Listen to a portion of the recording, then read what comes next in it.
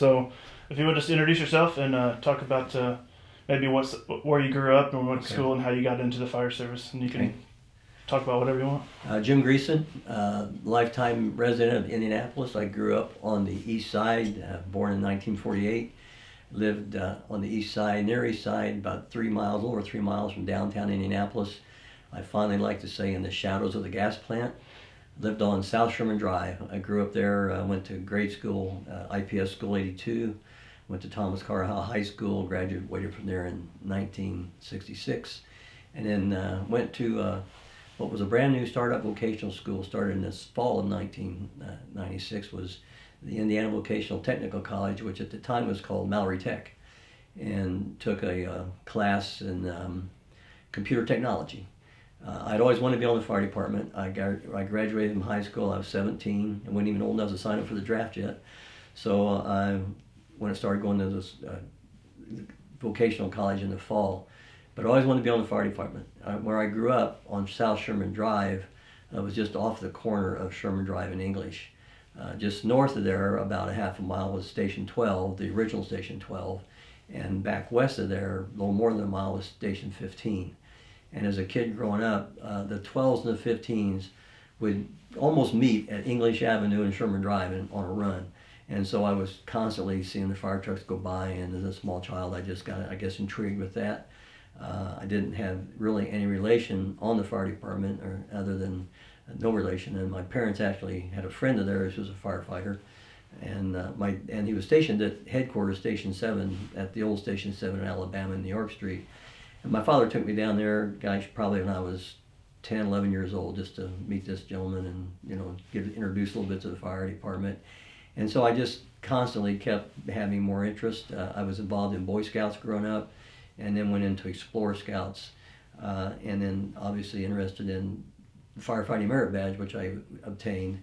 And Jim Short, who retired from the fire department, I got to meet him. He was a counselor.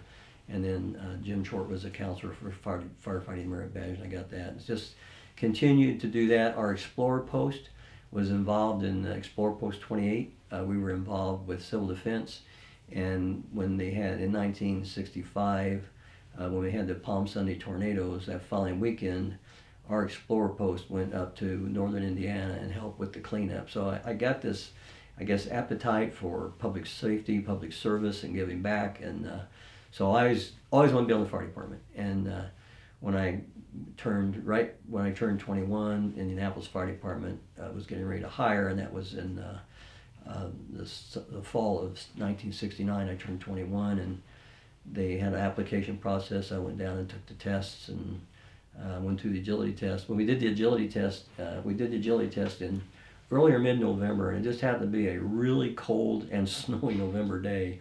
And I remember climbing aerial. That's what you did in agility test. The training academy out on West Michigan Street, and they had a tower out there, and we climbed that aerial. And I just remember how cold it was. It was like 15 above zero in November, and never had climbed an aerial before.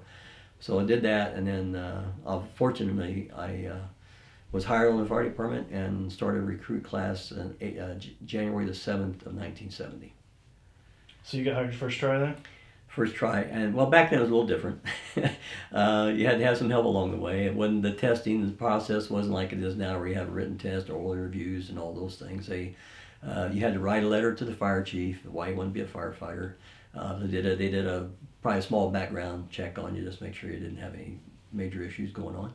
And then you always had to know somebody to put a good word in for you. And fortunately, I had a good word or two put in, and I was just fortunate enough to get hired, because I really didn't know anyone on the fire department. And as a little bit of a humor, when I first went on and didn't really know anyone, I found out early in my career that you were either a West Sider or a East or South Side Catholic. And so there was a lot of West Side firefighters and Catholic firefighters on the job, and I'm just Protestant kid from the East Side, and kind of scratching the head like, how'd you get here? But I loved it. I mean, I absolutely loved it from the very first day. Our recruit school was 6 weeks long. Like I say, started January the 7th, and our recruit instructors were Sam Oslos was the chief, Tom Harding was out there, Chief Harding, a guy named I'm going to forget now. Carl Fox was the kind of the private out there, and he's the one that helped us. Red Straw was the other one. Red Straw, and then another guy named Bill. I'll think of his name as I go on here. But Carl Fox was the guy that we were doing hose evolutions and all those things. Again, it's still just winter, and we had an unusually snowy, cold winter, it seemed like that year. And so Carl would drive the engine, we'd do layouts and things. But Carl was only the guy that says, you know, you pay attention to what you do in your hearing class, but here's what it's going to be like on the street. He was kind of that guy that kind of gave us that street sense of what when we got out of the recruit school. The academy building was a concrete block building there. They stored the apparatus inside, and you had these gas heaters. That's one thing that kind of stick in my mind. You always smelled these gas heaters that you had them in the ceiling above you when you were going through the school.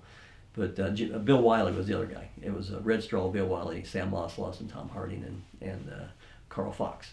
And the unique thing about Carl Fox had been a truck engineer, truck chauffeur at Station 27. And he got older and he realized that he didn't think he could do the job as well as he could when he was younger. And he voluntarily stepped down and went out to the training academy and served many years out there. And he was a wonderful guy, just a super guy. But the academy was 6 weeks long. We took a first aid course. It wasn't EMS back then. It was a first aid course. And Lieutenant Shepard, who was on the job, was one of the instructors. And the other instructor was one of our classmates, Bob Zickler, who had been a volunteer firefighter up in Washington Township and then came on in our class with us. But there were 25 of us that started out, and as far as I can remember, we all finished. We all made it through. So then it was out of recruit school. It was on the street, OJT. Again, I was barely 21, and when I look at pictures of me back then, I really don't realize how young I really looked. My home house was Station 10. First day was A shift on a Saturday. Chief Blazik was the AC at the time, the shift commander. He called them ACs. And I went up to the office that morning, got my paperwork, went to the 10s. I walked in, and they thought I was a paper boy collecting for the paper. So that was my first initial day. We had 3 runs that day, one at 38th and Post Road, one over on Nicholas Avenue, just south of 34th Street, and the other one at Medhofer. And back then, Station 10 was at 34th and Sherman Drive, and the run to Medhofer and Post or 38th Street was a really, really long run. So that first day I had a taste of really what it was like to ride that back in, and I mean that even probably added to the excitement, that kind of a start. What was that like? It was, hang on. It was like, you know, catch the engine, get on and hang on and pay attention, because and actually we only had one run during the daytime, so the other 2 were at night. So another new experience, not used to being on an apparatus at night on the back end anyway. And then Dan Bowles was the other private on the back of the engine. And Dan kind of coached me and helped me, and, you know, made it back 3 times, so at least I did all right there. Do you remember your first fire? First fire, yeah, I do remember the first fire. Back when I first went on as a sub, they would move us around. I went up to district. I was at the 10s like 1 or 2 days, and then they sent me to the 16s. And Chief Gus Brown was the battalion chief up at Station 16 on North Illinois Street. And back then they would take, the Fire Prevention Bureau would take one of the firefighters out and do inspections. So in that district, they would take a firefighter from a station, and I would go to that station during the daytime, like 28s or 31s or 16s or wherever that person was from with the fire prevention. I would go there till like they got back, and I'd go back to 16s. But I was at 31s of all places on the snorkel. And about a month into my job or so, and we had a fire on East 46th Street, just right before Evanston, and it was a basement fire, and it was on the north side of the street. The building's still there, and I remember being on that snorkel, and of course trying to do truck work and new to me, and trying to get in this basement. And I remember back, didn't have a mask on and coughing and gagging, and I remember Steve Reckley, who drove Gus Brown at the time, Chief Brown, they called him Gus Brown. Reckley come by and he kind of spit tobacco out, and he said, "This is what you want, right, kid?"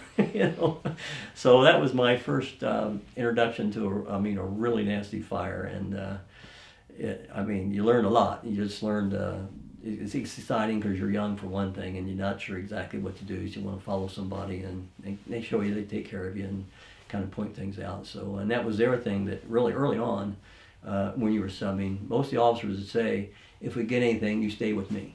You stay with me, and I'll help you and teach you. And that's kind of what happened, you know. I was meant to ask, not going back, but I meant to ask you, you were on an explorer post. Did any of your fellow explorers end up getting hired on IFD that you know of? No, I was the only one, I think, that became a firefighter.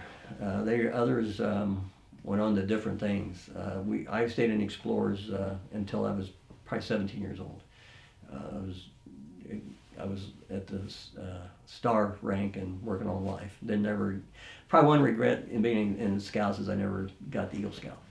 But kind of tell people I've discovered girls.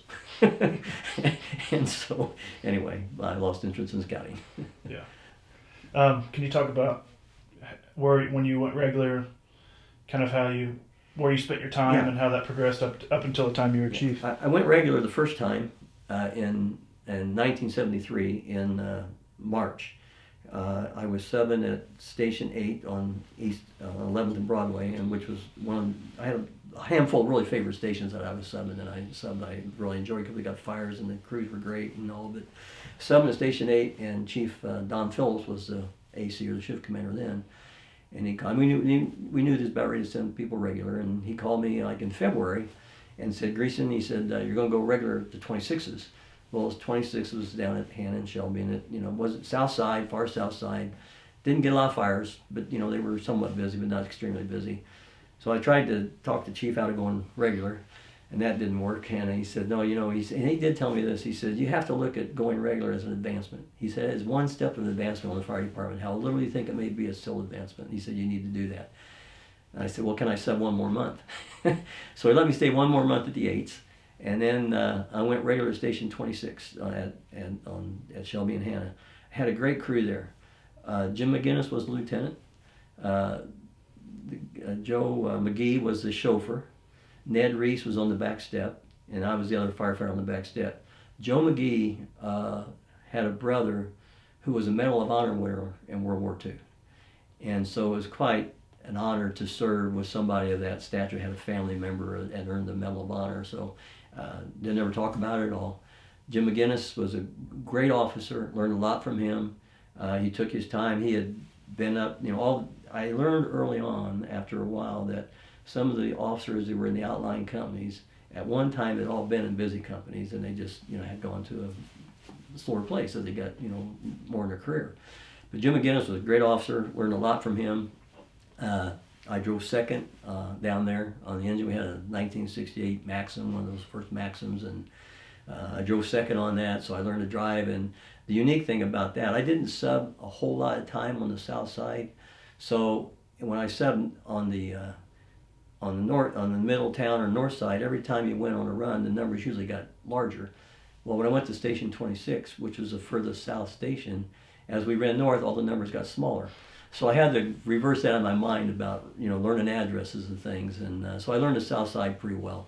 Joe McGee did a really good job of teaching me that. So when I drove, I kind of knew where I was going, knew how to pump, learned how to pump, pull the engine out, and ran through all the pumps and all. So, but then shortly after I went regular, in about 2 or 3 months after I went regular, the administration made a decision to close Station 8. I think to close Station in Ladder 5 and maybe even Engine 3 for a while. Well, what happened was, when they did that, they put people back subbing. They put a group of us who had gone regular back subbing, so I went regular. I went subbing again. But the second time I went subbing, I primarily stayed around the south side, the 29s and the 3s were closed, but other places on the south side, so they didn't move me around too much. Then in November, ironic story, in November they were going to put us back regular again because they opened up the 3's engine again, they opened up 5's ladder again, and then they were going to put us regular. Well, the 2 places that were open that I really liked that were available was Station 12 and Engine 12 and Engine 27. So I put in for the 27s and I put in for the 12s and whatever else was open. That was my 2 ones I wanted to go to. Well, Chief Phillips called me. He said, I'm putting Ed Shank at the 27s and you're going to the 12s. I said, okay, that'll work. You know, what am I going to say? You know, your chief tells you you're going to do something, you do it.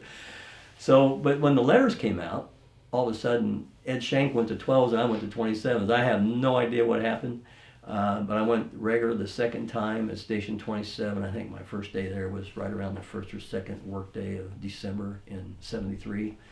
And I stayed at the 27s until I got promoted to lieutenant in 1986. So I spent about 13 years at the 27s.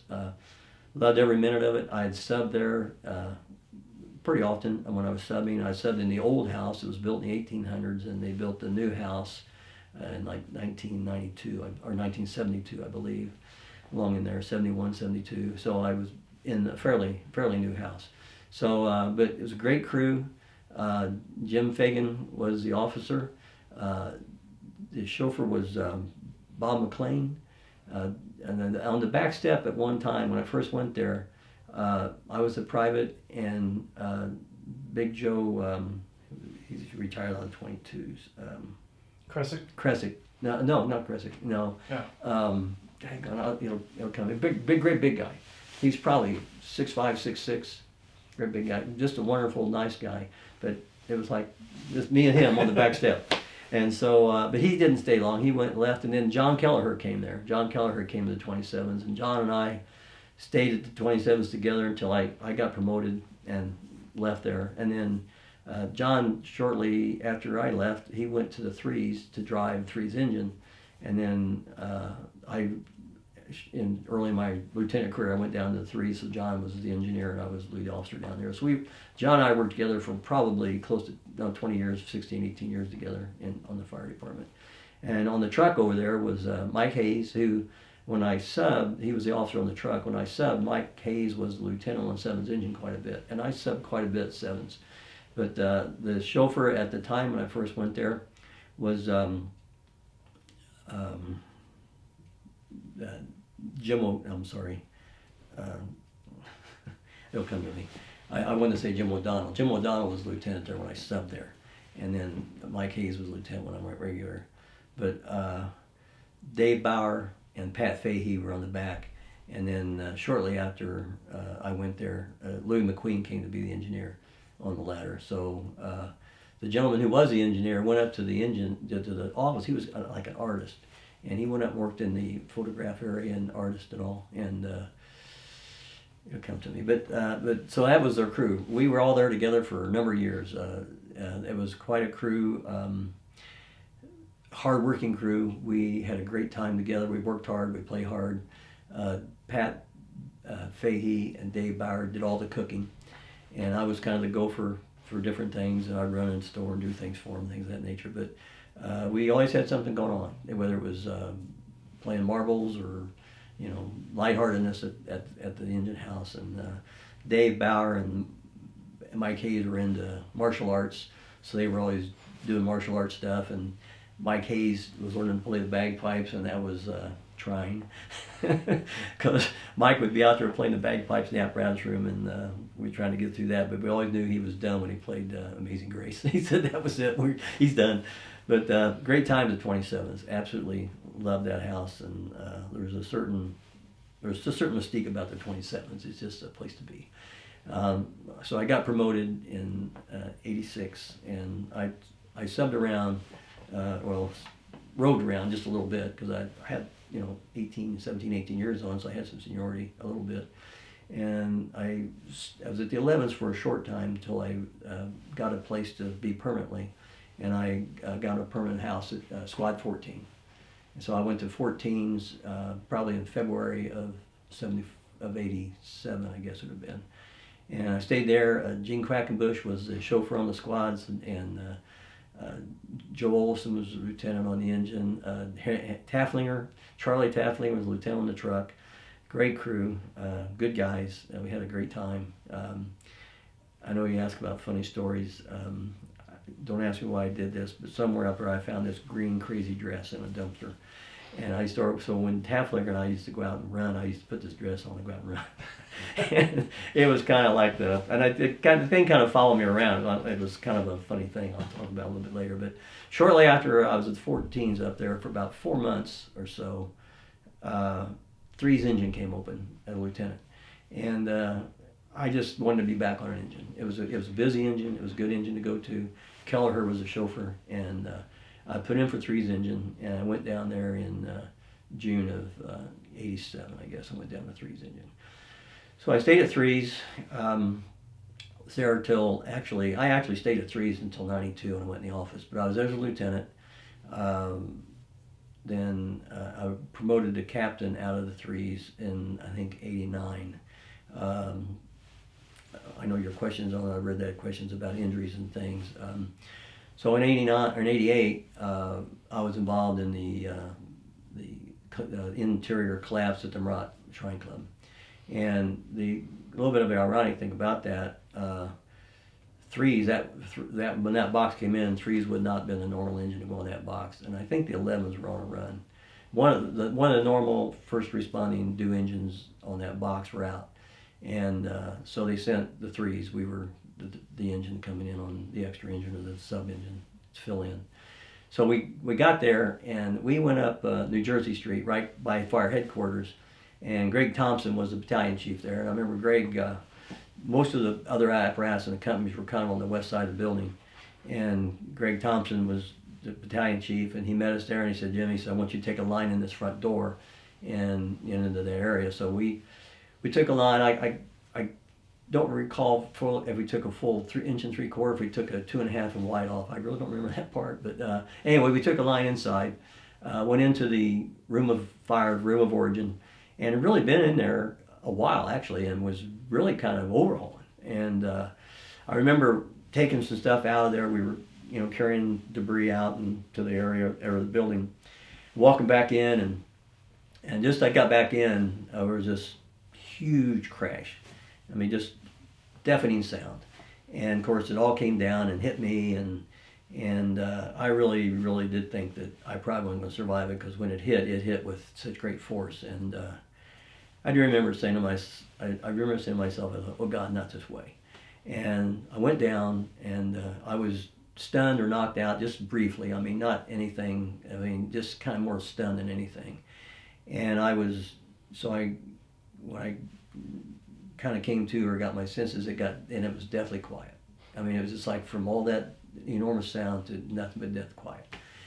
And then everybody started kind of yelling for help and trying to figure out where everybody was. And I was actually almost right up against a concrete block wall, and I was all kind of bent over. I think when it fell, I was actually bent over getting something, and it just drove me all the way down.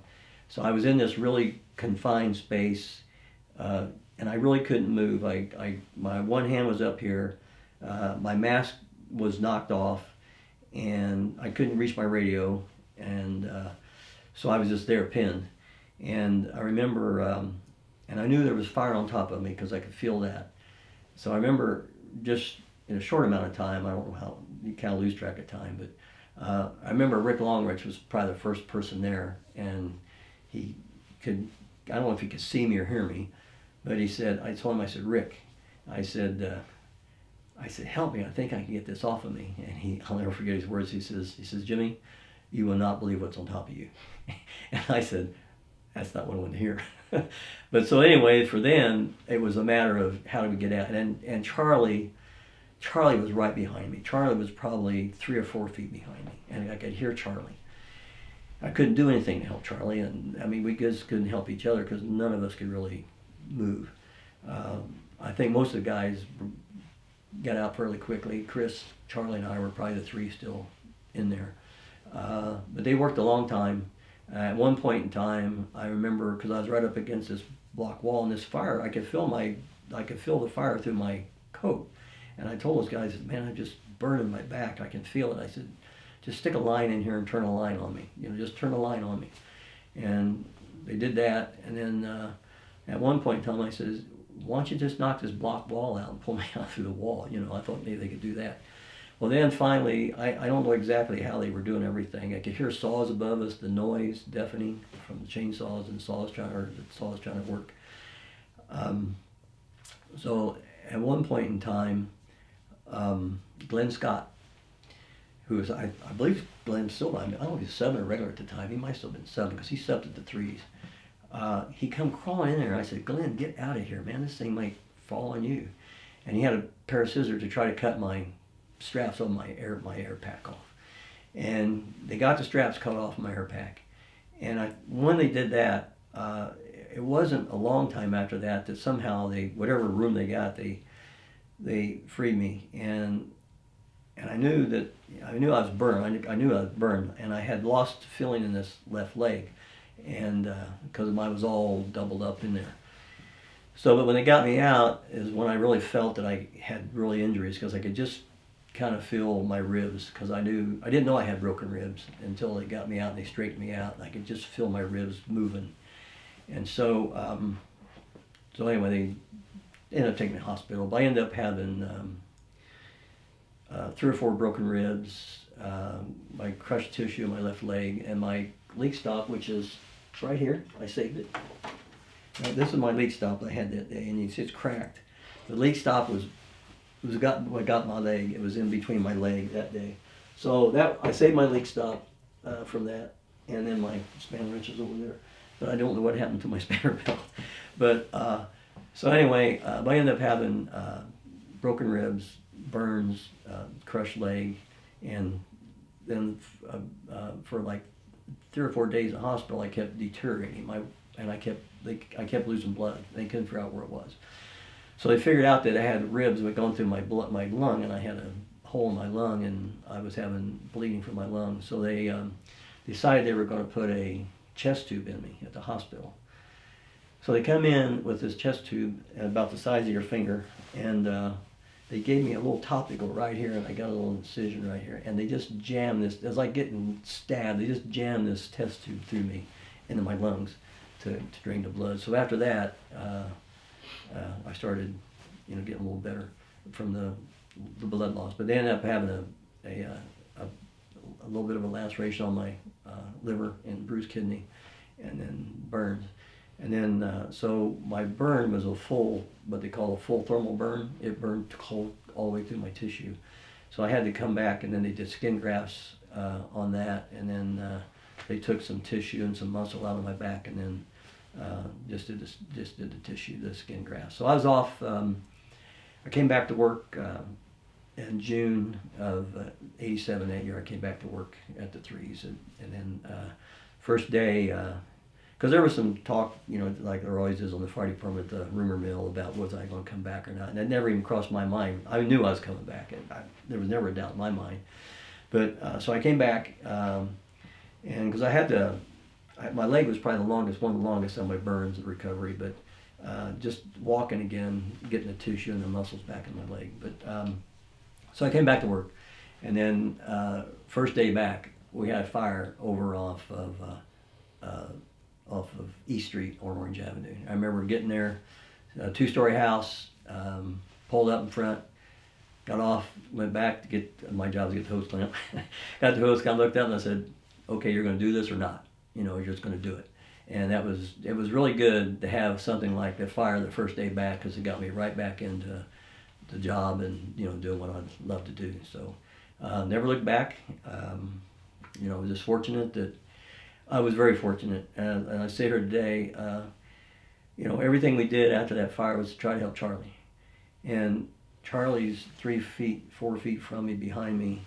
And I always had this little bit of a guilt feeling that here I am, I'm able to back to work, and I've had a blessed career, and for the grace of God, and Charlie was 3 feet from me, and he had all the problems he had. It's just, he broke his back, didn't he? Broke his back. A guy who suffered, he had to have rods put in his back. He had to learn how to walk.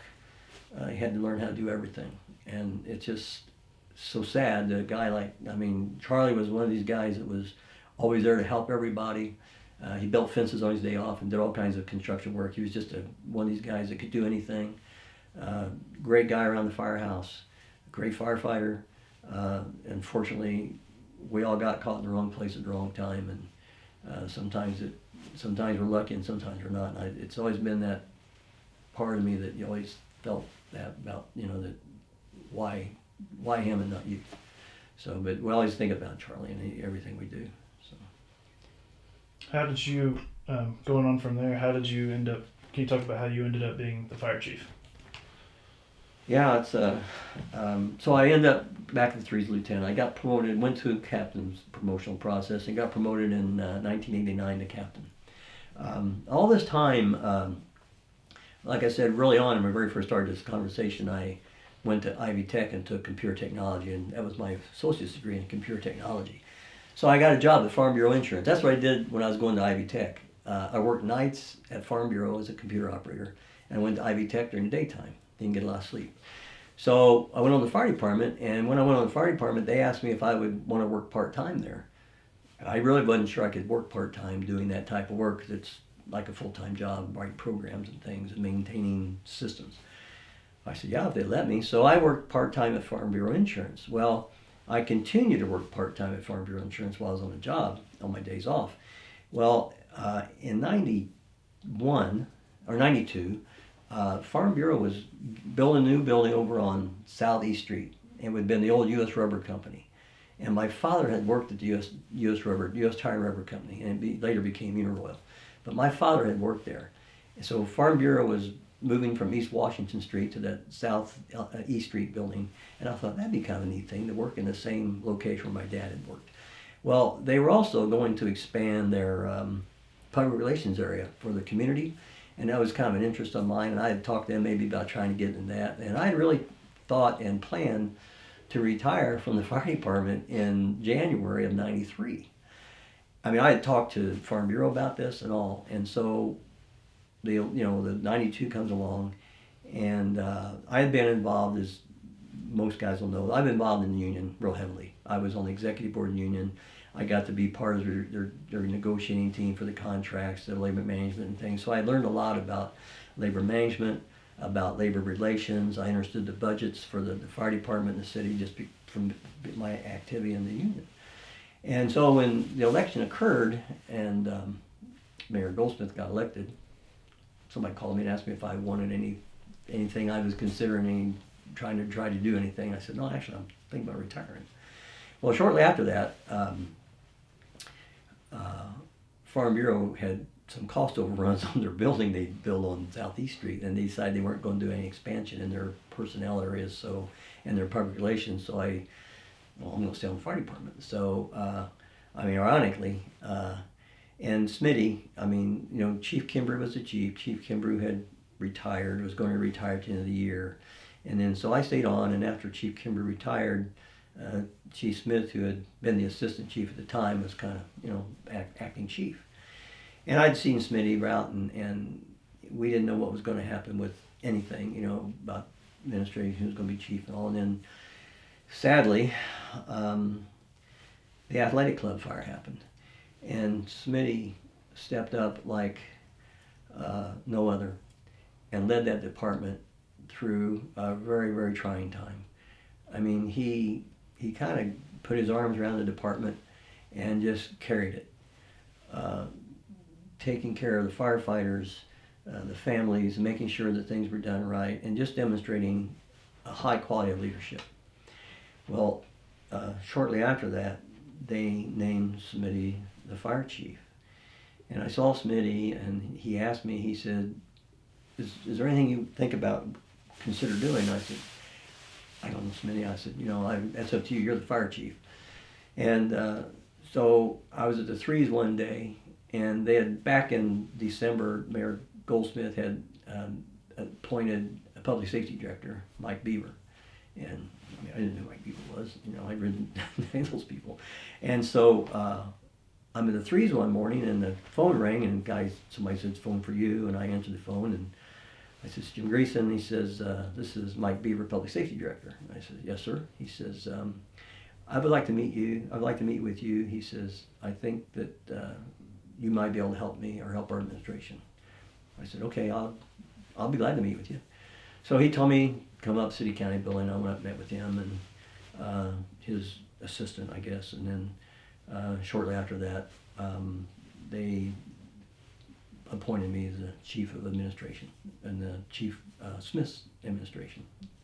So I was in that position, and I felt that I had somewhat of a grasp of it, just because being part of the union, you're always dealing with labor management and then administrative jobs, or a lot of personnel issues and budget and things of that nature. So I went in that job, and again, there was a good staff. Bill Cloud was kind of the budget guy, and Bill Cloud could pinch a dollar out of a penny, I think, and was good. But there was a good support staff there, really, to help me along. And Smitty was a wonderful person to work for. He gave you the opportunity and the latitude to make decisions. I really understood his philosophy, and I adopted that, and my decision making was kind of based on how would Smitty want this, or what would Smitty think, and that philosophy. So Smitty and I became very close friends. Bob Ziegler was the assistant chief, and then Bob Ziegler retired, I think, somewhere around 1994, somewhere along in there. And then Chief Tibbetts came in as the ops chief, and Harry and I had a great relationship. He ran fires, I ran administration, he ran the operations, and I quote Harry all the time. Harry would say that when Greeson and I agree, you can't get a piece of paper between us. And he's right. I mean, we had a lot of good times together in working well together. Harry is smart, a great instructor, knows the fire service, got a family history. I mean, his family's fire service. I was just kind of no one in my family. So he had that great legacy, and we became really good friends and worked really well together. And then Harry, he decided to leave, and he went to be the chief up at Pike Township. And then there was a time period there where I was both the operations chief and the admin chief for Smitty. And then obviously we had the election in 2000. But during Smitty's time, we did a lot. Smitty, we went in to adopt a quartermaster corps, what we hadn't had before. Everybody bought their own gear. We had a quartermaster corps. He really emphasized the incident command system, and was a real believer in that. The hours changed, the Kelly Day, all that stuff went into effect during Chief Smith's tenure. And it was a great time of learning. It was a great time of building a great labor management relationship. Didn't start off quite all that smooth, because everybody has to get their own agendas and their own personalities, and we went through a few months of trying times, but once we were all on the same page, that nucleus, that group of labor management, when Chief Smith and Sam Denton and Tom Hannafy and those guys were the union presidents, we did a lot. We accomplished a lot. And Indianapolis ended up leader in the 10 Cities Fitness Wellness. I mean, the 10 Cities Fitness Wellness Initiative that became during that time, the majority of what was adopted was what Indianapolis has already done. So I was fortunate to be exposed to a lot of opportunities under Smitty, and he and I became very close, very good friends. And I used to marvel at him about, I can't believe I'm getting the opportunities I'm doing. And Smitty told me, he said, it's what you do with the opportunity when you get it, and people notice it. You may not know that, but people notice it, and I noticed it. But Smitty was trying to keep him there as the fire chief, and then Mayor Peterson got elected in 2000. I was asked to interview for that job, and I went to Smitty first, and I said, Smitty, I've been asked to interview for the fire chief, and I will not do that unless you say it's okay, because you're the fire chief, and I love you. I won't do anything that you don't think's right. And he said that he didn't think they were probably going to allow him to stay as the fire chief, so go ahead and do the interview, and I did. But didn't get the job, which was fine. But one of the things that happened is that when Chief Deslin was named fire chief, they wanted to keep me close to the office, because I had a lot of experience out there, and they thought that obviously I could, and I'd help them. I'll help anybody. I'm not, that was about. And so they made me shift commander on the A shift in 2000. So I went back to the street, which was a good thing for me, because I've been in the office about 8 years, and no matter how many, I spent all that other time on the street, busy companies, and you get away from it. It does change, and so it was good to get back to the street. It was good to run a shift and get back to, especially around younger firefighters, to maybe share some of the things that I had learned in my early time and to share with them. So So yeah, I was active shift commander, and then in, I guess somewhere along 2000, early 2004, mid 2004, I didn't know why exactly they were going to make a chief change, but they decided that they were going to make a fire chief change, and again, I was asked by the public safety director to apply, and I did. Long story short, the process was probably 3 or 4 months long, longer than I'd liked it to been. I mean, more interviews than I liked. And so I ended up becoming the fire chief in June of 2004. And shortly after that, about 2 weeks into the job, they took me up to the corporate council offices in the city county building where all the attorneys are, and they introduced me to all the staff, the attorneys and all, and there's 5 or 6 of them, wherever they were. And then they kept me, and afterwards, a couple of them stayed, a guy named Scott Shin, who was the head of the corporate council, and another attorney. And they said, well, we want to talk to you about something. And they started explaining to me the fire department Marion County consolidation plan. So they talked about this for about a half hour. And so they went through this whole overview of what consolidation is going to look like, how it's going to be, what they're going to do. And I was just astounded. And when they got done, they said, so what do you think about the plan? My very first words were, how in the hell did you keep this a secret? Because that's the first time I heard about it. And Chief Deslin had been working on this. That's what they were doing. Chief Deslin was going to move to another area for the consolidation. And then, of course, under me, they were going to try to consolidate. Well, the consolidation was kind of a contentious thing, obviously. And I always said, you know, going on through the fire department, we always talked about consolidation in the firehouses and all. And I always, to my mind, always said, there's always 2 things that's going to drive consolidation, politics or money. Either the politics are going to change or the money's going to be right or not right, and they're going to have to consolidate. So they had this plan. Well, that next year, the way the Unigov law was written, they had to change the Unigov law to really consolidate, because the way the Unigov law was written, it was really kind of written, in my mind, to almost prevent consolidation in the fire departments, because the way it had to, I think you had to have 3/4 of the tax base, or 3/4 of the voters representing half of, it was a combination of 2 different ratios that made it really difficult. So they had to change those. But so they went into the legislature in 2005, met with all kinds of resistance, didn't go anywhere. And so it kind of kept trying until in 2006, the city was approached by Washington Township and to consolidate Washington Township into IFD. Washington Township was facing some increased taxes and some other things going on. And for them, it was the right time for them to consolidate Indianapolis Fire Department. So we started having meetings in, I just looked at, we started having meetings in like early summer, late spring of 2006. And so in my mind, we were going to have a consolidation.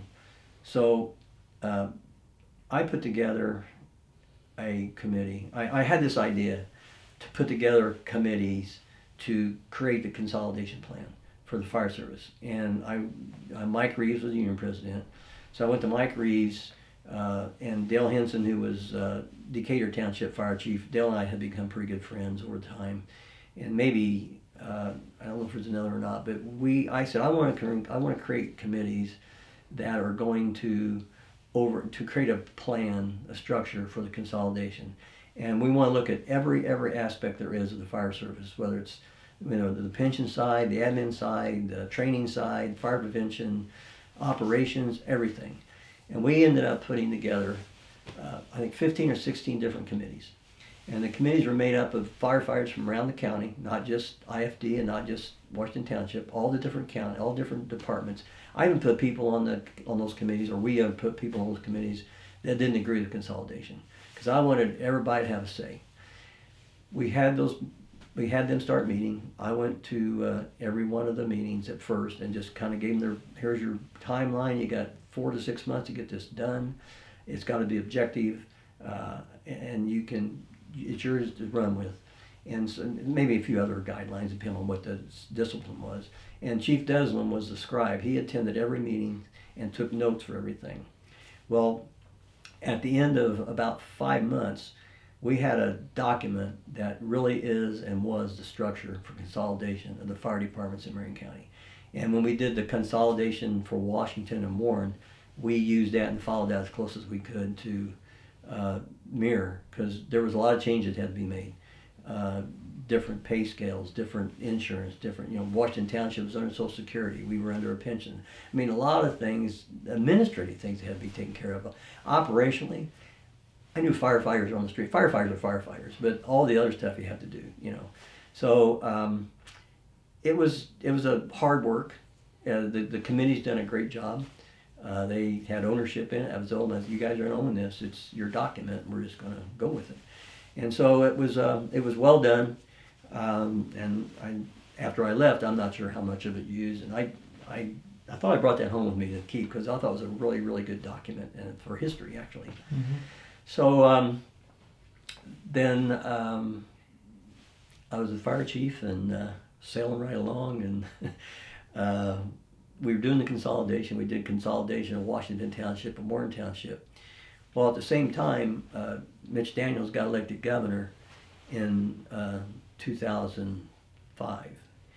And so he had this idea about smaller government, doing away with township trustees and all that. So he actually called my office one day and asked me to come down to the State House to talk to him about the fire department consolidation. He wanted to talk about if I thought consolidation could work around the state and different things. And I told him that, Marion County is kind of unique in its way. It's not like, we had a lot of things going for us. We had all paid fire departments. We had same union. We had same communications, dispatch area, training. We did a lot of cross training. So there was a lot of things already in place in Marion County that kind of helped and added to the consolidation success. So I said, but in some places it may work, some places, probably most not, maybe some others. And so he would ask me different times, maybe 2 or 3 different times, to come down and talk about all that stuff, so I did. So he calls me in 2007. I get a phone call from the governor, and he wanted to come down, and I thought talk about consolidation. So I go down to the governor's office, and I was meeting with Earl Good, who was his chief of staff, and we were talking about consolidation and these other things, and Earl Good says, excuse me, he says, gotta go see the governor for a minute. So I'm sitting there, and Earl Good comes back in, and Earl Good had known me back when Smitty was the chief, because when we did the World Police and Fire Games. It's another success of Smitty's. I forgot to even mention the World Police and Fire Games. We can talk about that. Yeah, but and I participated in the World Police and Fire Games. Like the little thing hanging over here of our picture of myself and Mike Shank, Steve Hill, Danny Hansman, and I ran the 4x100 relay and finished third in our age group, so we got a bronze medal in the World Police and Fire Games. But so thanks to Smitty again. But so anyway, so Earl had known me because I was on the fundraising side for the corporate development of the World Police and Fire Games, and we got such good support from private business. World Police and Fire Games, big corporations stepped up and donated money to make that successful. So Earl at the time was a CEO of some corporation, and he had contributed his corporation had, so he knew me from then. But anyway, we're talking, and he said, I'll go see the governor. He comes back, and he's kind of sitting there. He said, well, he says, the governor would like to offer you the position of Director of Homeland Security for the state. And it scared the hell out of me. I, in my mind, had never, ever thought of leaving IFD. I mean, I love that department. Everything I have, I owe to that job. Never, ever thought about it. And I was taken back. I got my thoughts, and I said, I'm honored that he would ask me, and humbled. I said, but I hadn't even thought about leaving IFD. I said, can I have some time to think about it? And he said, yeah, I'll take the week. This is on like a Wednesday or Thursday. He said, take the weekend and think about it. And I said, okay. So first thing I did is I called Tom Miller, because Tom Miller is kind of the godfather in a way of the state, the legislature, and all the things that happen. I knew Tom would know and guide me in a way. So I went and met with Tom Miller, and actually Tom Hannafy. And I said, you know, they offered me this position. I said, I don't really care to leave. I says, consolidation, we're starting to get some of that done, and I don't know if I can do this job. And so, long story short, I go back the first of the week, and I called the governor's office. I went down to the governor's office. I said, sir, I said, I am really humbled that you would offer me this position. I said, but I'm going to respectfully decline. And I said, I'm going to stay with IFD and try to see the consolidation through and there. And he said, well, he says, that's fine. He says, I understand that. He said, but let's revisit it in a year. That's okay. Thinking that I'd never get called again. So in 2008, in March of 2008, I go back down to the governor's office. They called me back down there, and he wanted to offer me the job again. And I told him no again, and that kind of made him upset. But anyway, and about 3 weeks later, in fact, I recommended a guy. I said, what about Joe Wainscott? I said, Joe Wainscott's been at the state a number of years. He's in training. He understands training. He understands public safety. And so he made Joe Wainscott the director of Homeland Security. And about 3 weeks later, they called me back and said, look, Fire Marshal Johnson's going to be leaving, and we would really like you consider being a state fire marshal. Well, I thought that was more probably something I could understand. Fire service, it kept me in the fire service. It gave me an opportunity to go around the state and learn some more about the fire service, and really not knowing exactly what the state fire marshal's job was about. Again, I went and talked to Miller and got his advice, but ended up accepting that job and leaving the IFD. But I would tell you that it was probably the most emotional decision I had to make. And I know I talk a little bit about Doug Reno, who is probably as respected as anybody's ever been on that job. Doug was a great firefighter, wonderful chief. When I was a fire chief, I talked Doug into coming into the office and being the ops chief. He reluctantly came in, and on more than one occasion, Doug was ready to go back to the street. And I would just constantly kind of keep him there and help, Doug, you're making the job better, you're doing a great job. And so the day that I was going to announce that I was going to leave, we were having a staff meeting. And I remember going into the staff meeting and to tell the guys that I was leaving. I fell apart. I was a mess. And I felt so bad for Doug, because Doug had stuck it out and stayed with me, and then here I am leaving. But it was an opportunity that I didn't realize how much of an opportunity it was when I took it, and what I was going to learn about, because I was an operations person. I wasn't a code person. I wasn't in fire prevention. I was just all firefighting and operations, and the fire marshal's job is a lot about code enforcement and really the volunteer fire service of Indiana, because career fire departments pretty much take care of themselves. They, for the most part, have training programs and fire prevention and investigations and all those things, and they get paid. Well, volunteers, they have training, but not organized training so much like a career fire department has. They don't have fire prevention, they don't have investigations and things of that nature. Well, the fire marshal's office has all that. We are the arm, and they are the arm that provides for training, the different standards. And even though the career fire departments follow the rules of the standards of training and the certifications, the volunteer fire departments are much different. And so I had to learn about that and understand that. And for a long time, I didn't really talk too much about from where I came from, because I didn't want them to think that here's some guy from Indianapolis going to kind of come out and tell us how to do things. That wasn't it at all. I was there to see if I could help them in some way and provide training or investigations team or fire prevention.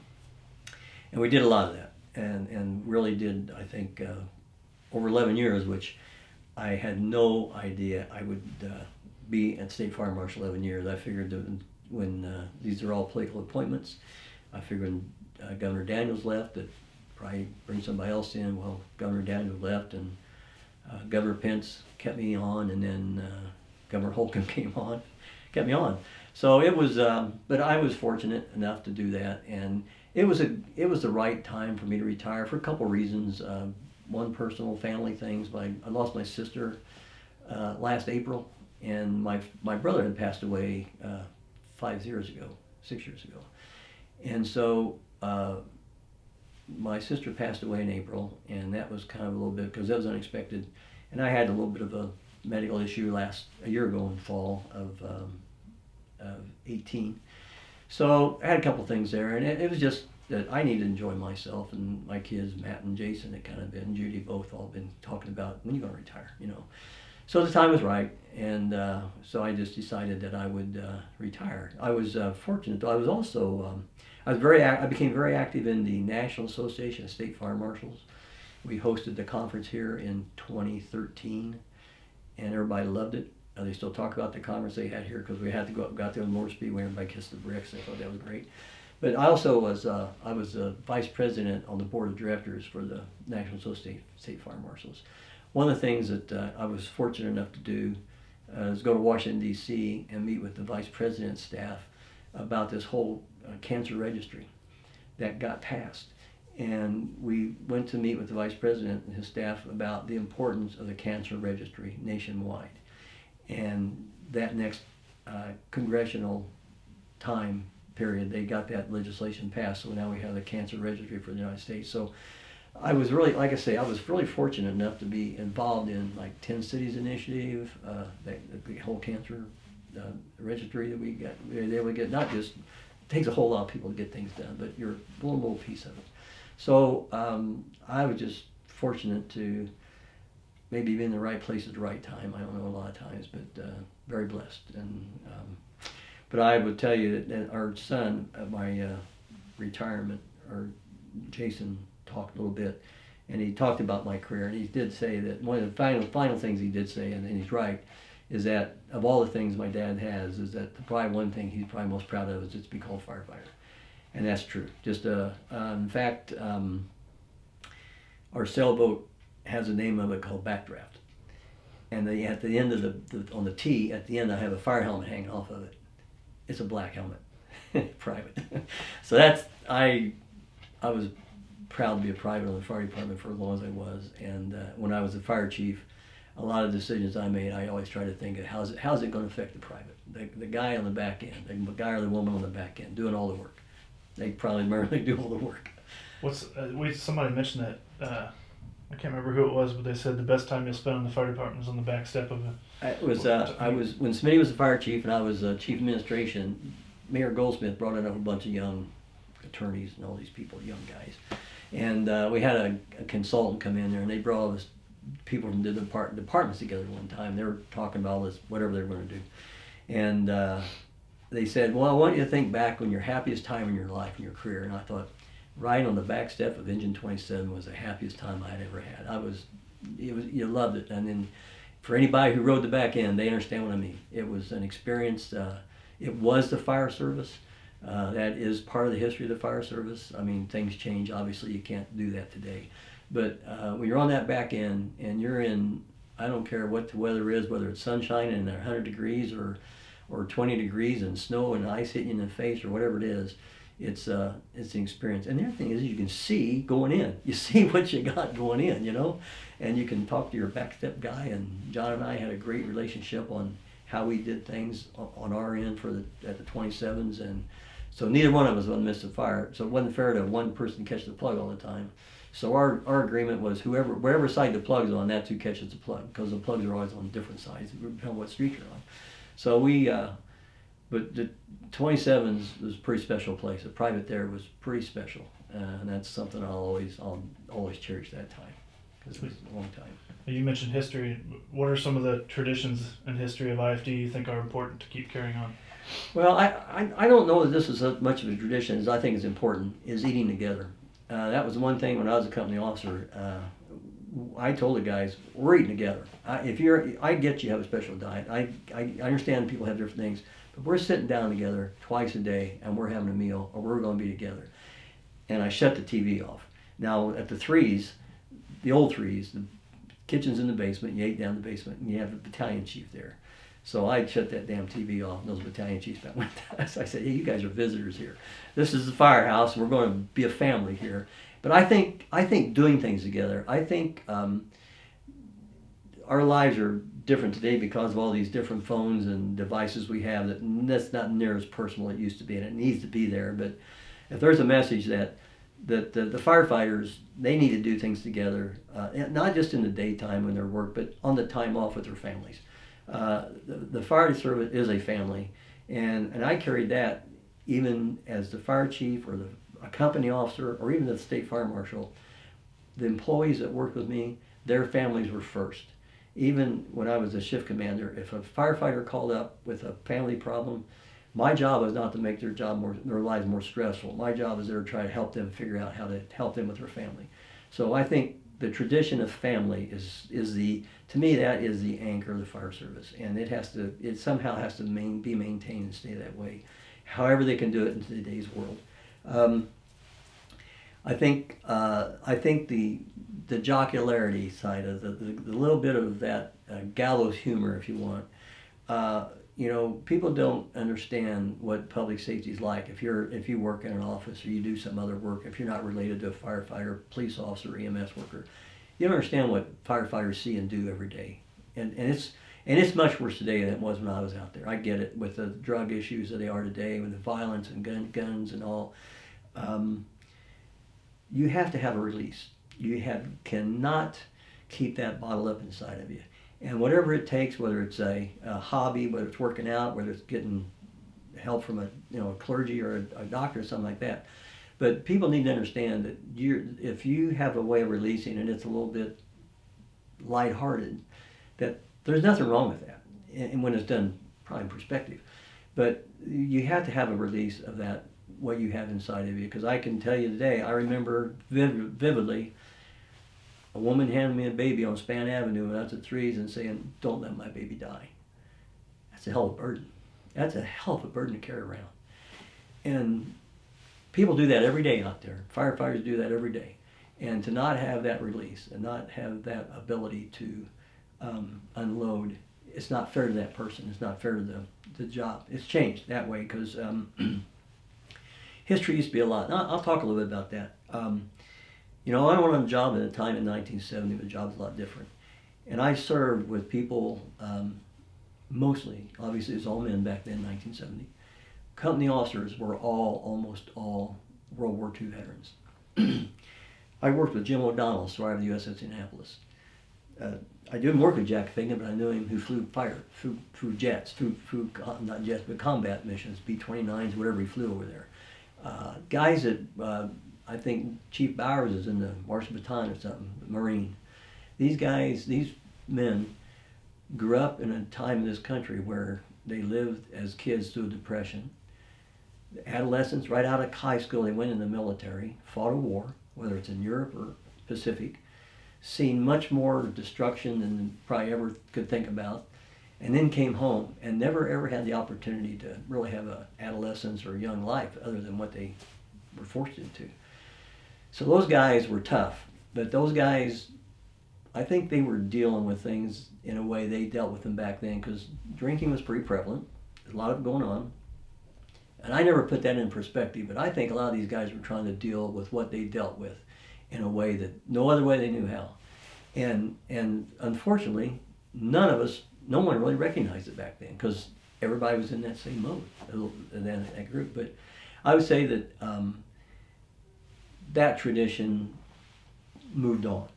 And when we got into doing more than just firefighting, we got into what I would call higher disciplines of service, whether it's EMS, high angle, hazmat, dive, water operations, search and rescue, confined space. Those things take a lot of training, take a lot of discipline, and take a lot of, you can't be less than your best when you're doing those things. So I think that changed the fire department in a really positive way. It gave more opportunities, and that was one of the things about consolidation I always thought was good. It gave those firefighters in the outlying departments more opportunities, because in IFD, I think when I was the chief of IFD, we did 16 or 17 disciplines of emergency services, when you figure everything. And that's a lot of opportunity for somebody to train, learn, earn more money, get into special operations with their different stations and be assigned. So I think the tradition of the fire service started out obviously as public service, and it still is a huge public service department, and they do it every day really well. And I will tell you that IFD is by far one of the top fire departments in the country. And when I was the fire chief, and I went to I was a member of Metro Chief, which are the fire departments of 400 or bigger members in the United States. IFD was far and ahead in all what we were doing. We were just there. Even around the state. I mean, I've always been proud to say that I was an IFD firefighter because it's very well respected. I know we're aggressive interior, and I think that adds to the camaraderie. That competition we had back in the 70s and 80s about trying to beat somebody at that front door. Talk about that a little or bit. get that line laid out. I remember how I was catching the seat at 27s one time, and we had a run over on State Street with the 11s. And I thought we were going to beat them in. And I didn't. Of course, I got the hose clamp. I catch the seat, so I get the hose clamp, put the hose clamp on, and so I've got this. And he wasn't sure because he was. But anyway, he gets to the front door and he let the 11s go in. I was so upset that they got that front door before we did. I thought, God damn it, don't ever do that happen again. But that was friendly competition. Whether it was a ladder company, ventilating, or the engine company getting the first water. Or whatever it was, it was, you're all doing the same thing. You're all trying to accomplish the same job, and it's kind of like organized chaos. But to have that first line in that house and get there, or building, wherever it was, and get to the damn fire and get it out, that's what the challenge is. And that was huge back then. I mean, if you turned the wrong way, or whatever it was, and and they did it, they let you know it. I mean, it was that friendly competition. I guess we beat you in that time, that kind of a thing. But you always want to beat the other company there, Somebody even told the story about the yard lay going to a courtyard of an apartment complex. Two companies were there at the same time. Yeah. One guy walked by. Yeah. He kicked their letter line shut. Yeah. Oh yeah. Yeah. There's little things you did along the way. You could move so somebody couldn't get around you or something, some ways like that. But yeah, it was all friendly competition, and we all loved each other. I mean, that was the thing about it. We drink a beer together, whatever we did, it was all friendly. Guess we hit a lot of these already. But what was Firehouse life like when there was downtime? You talked a little bit about playing marbles and stuff like that. Yeah, it was. We always kept busy. I mean, 27s. We not just runs, but around, like I mentioned before, Hayes or Bauer would be out there doing their martial arts stuff, and I kind of picked up guitar, and I'd be playing guitar at Firehouse, or I worked out a lot. That's one thing. Being small, I only weighed I laid less than 150 pounds on the job. So it was important for me to kind of stay in shape. So I was always working out. I was always jumping rope, running and all. And so I was always doing something to kind of try to keep in shape. And really, the guy who when I first went on the job, two guys I met early on that worked out. Mike Shank and Tom, the guy at 16, dang on it, bigger guy, but he was always lifting weights and things. And but Shank was always doing that. So Shank was kind of a little guy, stature, but built better than me. But got me into understanding that when you're small, you got to work out because you're handling lines or pulling ceilings or whatever you're trying to do, you need a little ass or strength. So I had always worked out. But so I was always doing that, and we had a lot of fun and games there at the engine out at the 27s. We did a lot of fun and game stuff. Somebody's shoes may end up in the freezer, or somebody might be trying to analyze their soil for their house. They're going to figure out what fertilizers to put on their yard. They'd be collecting samples from 2 or 3 inches under the ground. They'd bring in these little butter dishes that were supposed to be sterile, I guess, and not so. Somebody might go out and find a cigarette butt or something else and throw in there and mix up with the dirt to kind of piss them off. So there was always something going. In the summertime, there might be a water fight break out. Somebody might get a bucket of water through a passing car window once in a while, and then we're down to the chief's office, and the chief's out at the 27s telling us to cut it out. But it was lighthearted. I mean, working on cars, we We worked on cars, did a lot of working on our cars, as far as changing oil, tires, and things of that nature. You know, there was always something to do, and there was always something to do there. There went a lot of. We did it. I think that was the key. We did it together. There was almost every day we were doing something together there. Threes, same way. Threes were busier, obviously, but it was, you know, we got into EMS then. We were running 12, 15, 16 runs a day in EMS, so trying to play ping pong in the apparatus room, the threes, the old threes, that's kind of a challenge. There's not a lot of room there to begin with. Worked out down in the basement. There wasn't a whole lot of room to projects, so there wasn't a whole lot of room to firehouse, so you kind of had to play cards and things like that. But threes was different because we ran it out a lot more than the 27s when I was at 27s. My last year at the threes, we ran a little over 3,000 runs. So last year at 27s, we were right around 1,000, so 3 times. So it was about that. But we kept busy. You know, that's one thing I never did. I never was a napper. I never was a soap opera person. So I was always trying to find something else to do. Kept me busy. So your career span 40. How many years? 40. 38 with IFD. Okay.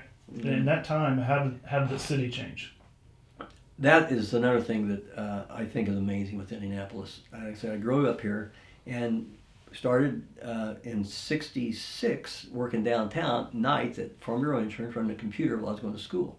So from 1966 until the time I retired here just past September, I was either close to downtown or working downtown on my day off. And literally, when I first went on the fire department, at 5:30 or 6 o'clock in the evening, Indianapolis, they could turn the lights out and roll the sidewalks up. There wasn't a thing going on down there. There wasn't anything. Washington Street still had the old gypsy places on the storefronts, the old hotels that were just had a lot of mattress fires. Friday and Saturday night, we had mattress fires in those hotels because they were just flop houses, and you know they were just not good places. And so obviously.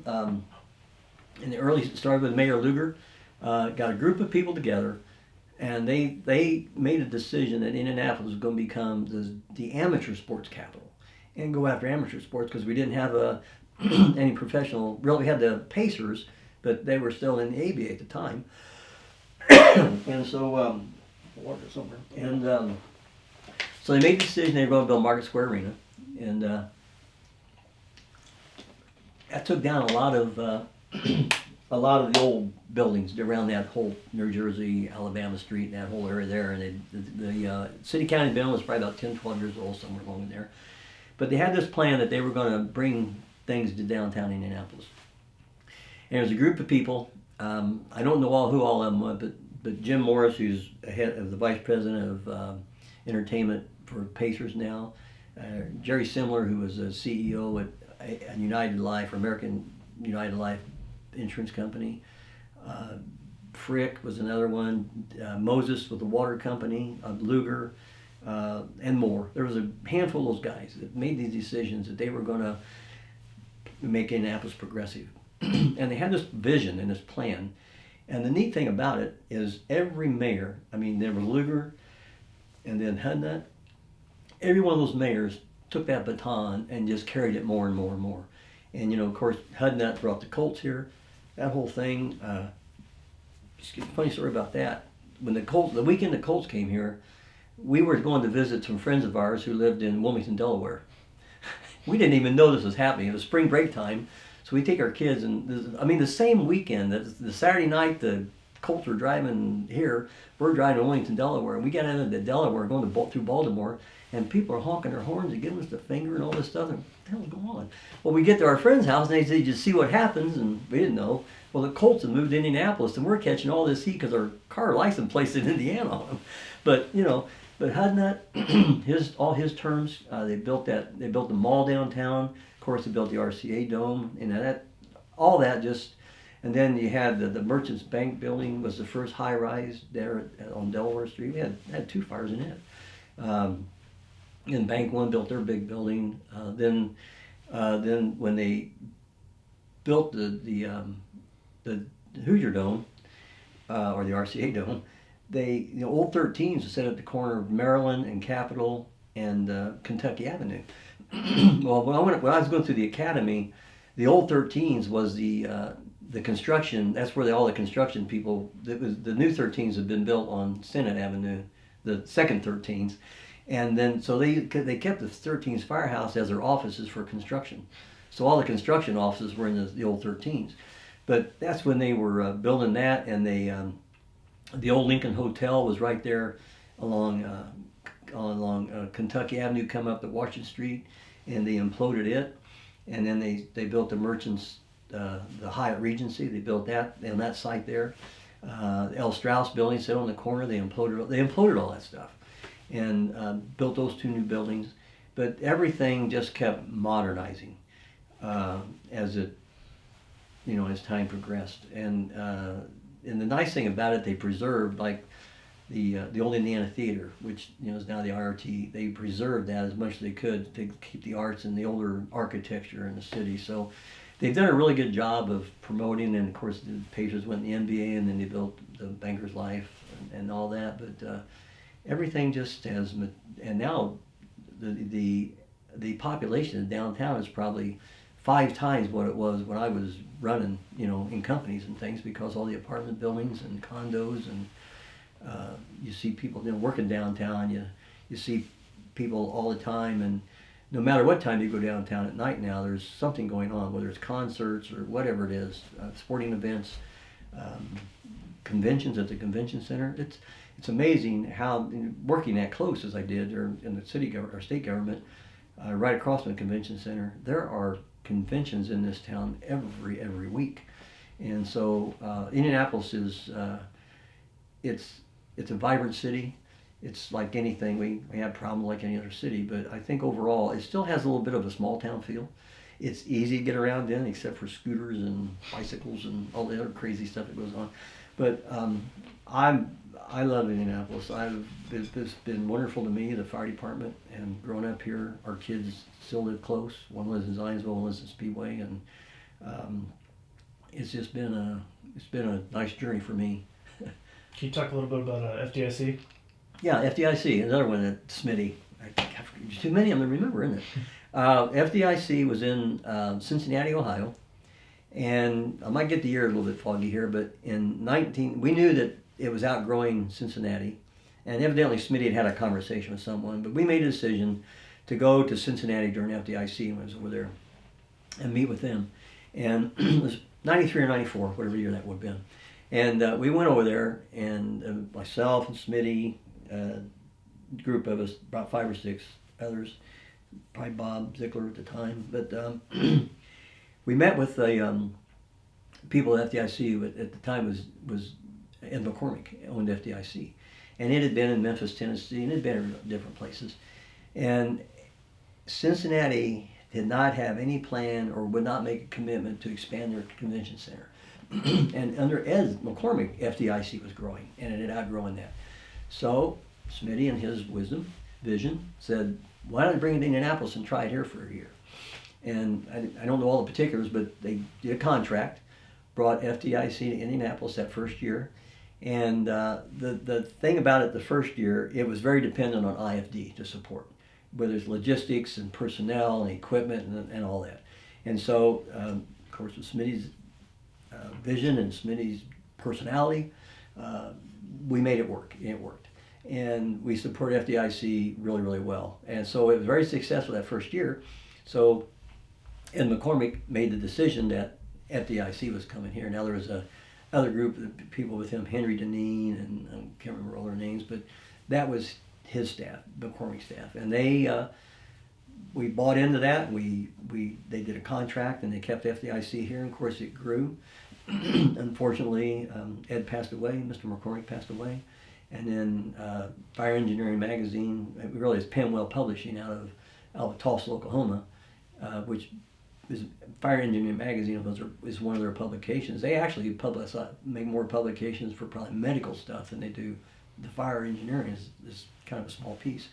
But anyway, Penwell Publishing then bought the rights to FDIC and kept it here, but it has exploded. The way the downtown Indianapolis is set up, again, thanks to those visionaries and planners, you can move around, you can go different places, you don't have to go outside at all. But now FDIC, from that first couple of years, has grown to where it's in about 10 different counties, maybe more. And then you get 50 miles outside of Indianapolis, there's FDIC things going on. Logistically, all different fire departments for around. I seen an aerial ladder here from Gas City this year supporting FDIC. That's what, 45 miles away, whatever it is. So the whole state has really bought into FDIC, and the nice thing about it is that a lot of our firefighters here can go get training at almost nothing. I think if you're participating in some way, you can go not the hot training, but the classes. You can go in and sit on classes. You get credentials, and I know I got as a fire marshal, I got credentials for all our staff, so they could go take classes, whether it's fire prevention or coding for or fire investigations and things of that nature, leadership classes. So FDIC is it is by far the worldwide conference for fire service in the world, and it is now. Now it's called FDIC Worldwide or something like that. It's got a different name, but of course, it's the opportunity to network, the camaraderie you see from firefighters, and I will tell you that the merchants love FDIC coming here. Hardly anybody ever gets in trouble, and if they do, guys take care of, how we do. We take care of our own situation, and it works out. But it's been a blessing for the city. It's one of the top 3 or 4 conferences that come here from financial, bringing. It's about I don't know if it's a $30 or $40 million impact to the city, but it's a great opportunity, and and firefighters from all around the world actually enjoy coming here and being here. So we're lucky. One thing that's not on here that I just thought of, how did the fire service, and you can even kind of tailor this IFD, change after 9/11? Well, I was a 9/11 that morning. I was shift commander. I just come on duty, shift commander on the A shift, and actually my brother-in-law Dave Toops called me because I was sitting there in the office, and he called me and said, "Hey, did you see where a plane hit the one of the towers in a World Trade Center?" I said, "No." So I turned TV on. I'm thinking, like most people probably thought, small plane, nothing major. And after about just a few minutes, the other plane struck the tower, and then of course I knew right away this was no accident. This is something bigger than that. But how did it change the fire service? I think it made us, well, then the rest of that day, it became a day of reaction, trying to figure out what was going to happen next. I know the good part of that day I spent out on the street because I was really worried about guys, because everybody's focus was in New York City. On everybody's mind. I thought, if we have something going on, I want to make sure guys are thinking right, that they're focused on what we're doing, not what's happening, 800 miles away, whatever it is. So I spent a lot of time on the street that day with the company, just making sure that guys are okay, and thinking about what you're doing, and be careful and watch what's going on, keep an eye open, things of that nature. But then what it did do, it made not just fire service, all public safety aware that now we're dealing with a different type of enemy. One that we hadn't probably dealt with before, or the potential, at least the potential of something that we have to always be cognizant of now, and we have to train for and prepare for, because you never know where it's going to come from.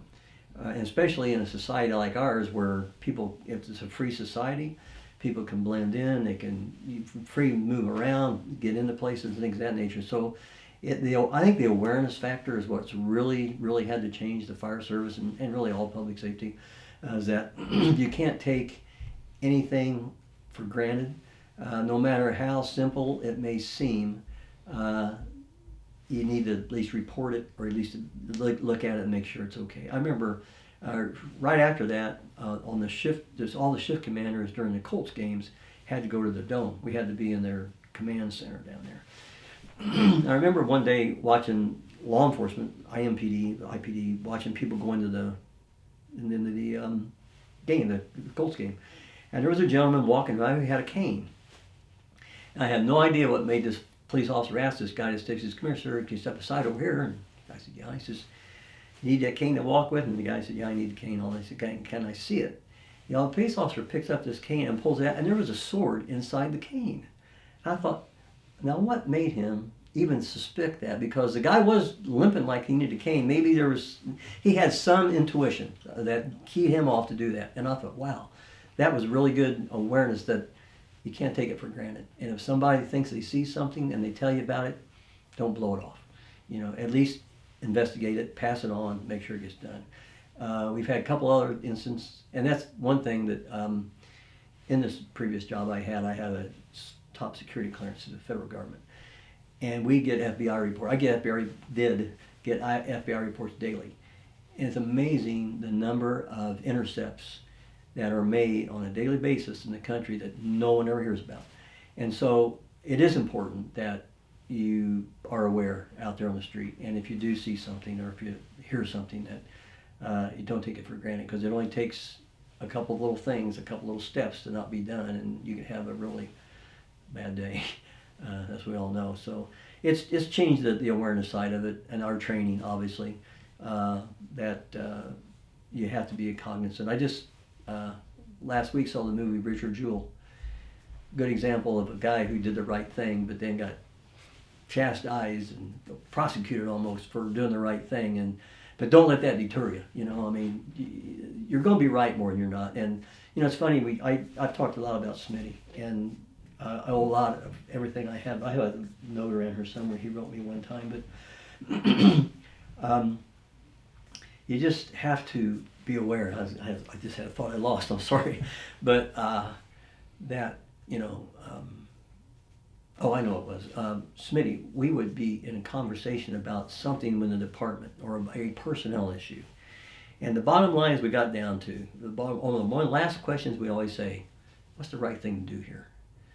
And the right thing to do is usually the right thing to do. Now, you may make a mistake once in a while, but the right thing to do usually picks its head up. And that's a lot where common sense comes in, and believing in people and knowing people. Giving people sometimes the benefit of the doubt. I'm probably a little bit guilty of giving them too far the benefit of the doubt sometimes, but I'd rather lean that way than not. But knowing what's right and doing the right thing, I think, is a good motto and a good thing to follow. What are you most proud of looking back in your career, and what do you miss the most? I miss fires. I miss getting off and getting that line inside. I'll never not miss that. The trying to get through that little layer that you see along the floor, that you see just that little vision that you can get through to get to the fire. Maybe affect the rescue if you're given that opportunity. I miss the guys. I miss the people. The people I had that got the opportunity to work with, relationships that you built. We all get together and tell our stories, and they're all probably get embellished every time we tell them a little more. But I think that's what life's about to people. And I probably miss that as much as anything, people. And trying to do something for somebody. That's the nice thing when you do get in some of these positions that I've been able to get to. Always try to help somebody, and it's always nice that when you can do that, and years later somebody comes up and even maybe mentions something you don't even remember, that you're able to do something for somebody, no matter how small it was, whether it's whatever it would be, to help somebody. And that's what we all hopefully are here to do, especially on that job. Is we're here to help people. And it doesn't matter what people's status is in society. It doesn't matter. They all deserve the same equal treatment and respect, and especially their property. We used to, as we all do on overhaul, and we're always throwing stuff out, and always tried to figure out what could we try to save for somebody. It might be that may be all that person ever has, and it could be something very, very simple. But just kind of, those are the things you kind of want to keep in mind, that we're here to serve people and give back, and be good, do good things. That's what we're here for. And you talked about, when we were talking about like seeing how you deal with seeing bad things, whatever. In a way, you're kind of when you're in the fire department, you're kind of in a club where you're amongst like-minded people who know exactly what you've dealt with. And how does that translate to maybe going to a retiree's lunch or breakfast and being amongst those people who know exactly what you've gone through and you know what they've been through? And how is that kind of therapy, once you... It is. I think the nice thing about the retirees' lunches and the retirees' breakfasts is We all know that we've all gone through the same experiences at one degree or another, and now it's our time to kind of enjoy life a little bit and try to. In fact, I just had a conversation yesterday. My brother-in-law's here, Dave, too. So we were talking about, we all get together as firefighters. We talk about the good times. We don't talk too many things about the negative side, the things we've seen or things of that nature. I think it's a time because when you see it, you do carry it with you, and you carry it off the job when you leave. It's still there. But I think it gives us a little bit of a chance to unload a little bit of it. I mean, even though we may not talk about the bad things or the things that we've seen, we talk about the lighthearted things. And that kind of helps us get all that out. It is. I will say, though, that there's still things you see or hear. I still have a fire radio. I've had a fire radio since I've been in the 8th grade. So I still have one. I still listen. But maybe sometimes a little too critical now. But you know, you still get things happen to you. And it's those flashbacks. I mean, when you hear something or you hear a report of something, it kind of brings you back to not so much bad things, but you can relate a little bit. And I think that's helpful for some of us older guys, seasoned guys, that we still have a chance to relate a little bit to the job because it's all part of us. I mean, it's our lives. And when you walk out that door that last time in that firehouse and that door kind of shuts behind you, it's like stepping into a different world because you're not there. I mean, no matter when you go back, guys invite you back, and you always go back and you're always welcome, you're still not quite part of that group. And that's a little bit of a piece of you that leaves you. You know, it's still, you gotta leave it back there. But those, anytime we get together and have an opportunity to talk, even the young guys, I tell all the young guys, and this past holiday season and Christmas season, I've been to a lot of parties at the Mutt.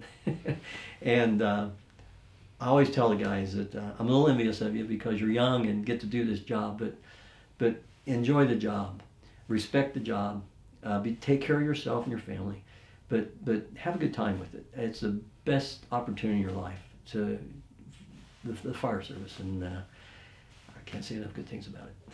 You just answered my second to last question. What advice would you give for? Well, take care of each other. Take care of the job.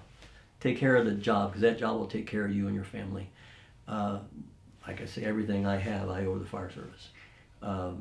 It took care of me when I was hurt. I was off work for a long time, and never missed a paycheck. I will tell you that Dave Greider was the deputy chief of operations when I got hurt. Dave Greider came to the firehouse, or came to the hospital every day to see me. I will never forget that. I mean, I had a lot of other people, too. I won't forget. But Dave Greider, Chief Greider, came every day to see me at the hospital. Now I know he had a whole lot of crap going on, and there were 3 or 4 of us in there, but he didn't miss a day, and I haven't forgot that. And so that job will take care of your family and you. So take care of it, and take care of the city you work in. Take care of the people who live here and visit here. They have a lot of respect for you, and don't let that respect go away. Because the fire service is the probably top 1 or 2 most respected professions there is in the world. And don't do anything to tarnish that. Be proud of it. Be proud, but don't be obnoxious about it. I'm proud of it as a firefighter in this city. I'm absolutely proud of it. But I don't say a whole lot, but I'll be glad to talk to anybody about it. But it's a wonderful life. Good segue for a movie, isn't it? Yeah, okay. Well, I only have one more question, and if you want to talk about anything after that, feel free. But it's kind of what you were just talking about. I just wanted to get your thoughts on what would you say to a citizen of Indianapolis if what do you want them to know about the IFD? What do you if they need them? Who's going to show up? What would you expect the citizen to know about IFD? I think, especially what I've seen since I've been gone, and I mean while I was on the job, but still, you have a highly trained professional fire service in this city that's going to show up and take care of whatever issue you have in some way. They may not totally solve your problem, and sometimes they can't save a life, but they're going to work as hard as they can to give you the best service. They're as well trained as any fire department in this country, probably the world. They're well equipped. Oh my gosh, they're buying new equipment all the time. They're building new firehouses. Their benefits are good, but I think the citizens need to know that you have a highly trained professional fire service that I do feel that firefighters are very proud of this city and their fire department, and that they're there to help you, and in whatever way they can, in whatever discipline, whether it's we still say fire steward still makes house calls. It may be the most minimal thing or the worst day of their lives from a fire to a family emergency, but that fire department's going to show up and they're going to figure out a way in some way to hope make their life better at that time, whether it's through EMS, through fire, through a special operations issue, whether it's a high angle or dive, whatever it is. They're gonna do what they can to make that a better situation than what it is when you call. Because remember, the situation is already occurring when they call. We didn't cause it. We're there to try to do something, mitigate it, and take care of it. And I think by and large, this fire department does a hell of a job in doing that, really, day in and day out. I mean, I was proud to do it. And I know these men and women are today, really proud to do it. Now, open up to you. Is there anything you want to add or talk about or anything else? Yeah, I mean, I didn't. No, I think I probably talked enough. I don't know. I'm sure there's going to be something later I missed, but but there's a lot. I didn't really say anything about the Grant fire, but it happened on my day off. I was working at Farm Bureau. I will tell that story. I was working at Farm. I was a sub. I was regular at. Let me think this back. I was still subbing my second time at Station 26, and. But I was working my day off at Farm Bureau Insurance, which was right on Washington Street, 130 East Washington. Well, I did programming, like I said before. Well, the credit union for the Farm Bureau was in the Howe building, which is at 47 or 41 South Pennsylvania Street. So I did the programming for their credit union, their stuff. So I had a meeting over there right around lunchtime that day of the November 5th of '73. So I'm over there in this meeting right after lunch. And you're a firefighter, and remember back then a lot of buildings didn't have air conditioning. I mean, we had windows open in buildings back then, and office buildings and things. So I hear this downtown alarm, box alarm. I hear the apparatus, and I'm thinking, it's downtown. Get everything downtown. If anybody doesn't know, ADT stands for anything downtown. So anyway, so I'm in this meeting, and I hear the fire department. I hear the fire sirens, and they kind of quit, and I don't think anything about it. But then about just a few minutes later, I started hearing more sirens. I thought, man, there must be something going on. So, and about 15 minutes later, I kept hearing sirens. I didn't have a clue what was going on. So about 15 minutes later, I walk out of the building, and I walk out of the building on Pennsylvania Street, and the fire is rolling over the top of the building. I think it's the lawyer's title building, whatever that building was in the corner.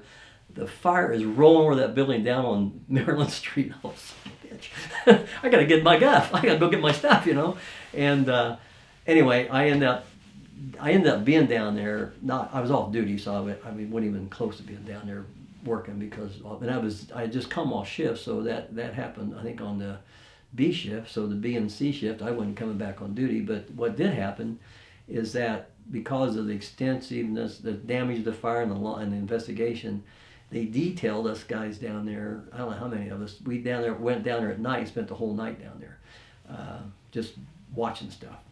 We were watching. We were there, but that was an unbelievable fire. I mean, because I can't say I fought it because I was there on my day off as a kind of like a spectator, I guess. But I watched that fire progress from a wall in Washington Street, where it was in the Grant building and the Thomas building and the parking garage behind it, but it communicated across the street into the Washington Hotel. And I would tell you that it was probably it might have been the best day, one of the best days in the Indianapolis Fire Department. For the amount of fire they had, if there were any injuries on that fire, they were very minor. But for what was done on that day, what guys did, there were iron workers that helped with, before we even knew what high angle was, getting lines and things up, and carrying things up to high angles because the iron workers had rigging and things of that nature. I mean, there was a lot of work being done by firefighters and construction workers to help fight that fire. But it was an amazing day. The amount of equipment, manpower, and the length of time and the energy exerted, and no one really got hurt. I mean, there was a lot of fire. There were a lot of ways people got hurt that day. Worse because there was fires on both sides of the street, and they were trying to fight all of them. but that was an amazing day. And whoever, all those guys, I still have the audio tape of that fire, but it's interesting to listen to. It's an interesting day. But that one, others, I mean, I don't know. A lot of fire. I had the opportunity to fight a lot of fire, and fortunately, most of the time I got out okay. Nice. Anything else? No, just thank you. I mean, thank you for the opportunity. I think you guys can tell how much I love this fire department. The people I got to work around, you know, the Pat Nixes of the world. Pat was as close to his father and me on that job as probably Smitty was. You know, Pat and I used to talk about, Pat got hurt really bad back in the early 70s, and I was sub there at the 7s and I remember going to the hospital the night Pat got hurt, and he and I talked a lot about the injuries and things, but Pat ended up being a very, very close friend of mine. I miss him dearly. He was probably one time, I would say, the most loved person on the fire department, maybe still is today. The respect that people have for Pat Nix is extraordinary and amazing, and he earned it. But I miss him a lot. But just different people I got to work. Jim Fagan, who was my captain in 27s, we had a fire in our house where I lived on 11th Street. When I was at the firehouse, obviously. Everything happens when you're at the firehouse, our wives all know that. But we had a fire in our house, and Jim Fagan's family helped take care of my family during that. And that's what I mean about the camaraderie and the closeness of the fire service. But people I got to work with and know, respect, was amazing. So I just appreciate the opportunity to share some things that I may have done or contributed, and I'm always around to answer questions. Anybody wants to ask me anything else. Awesome. I appreciate you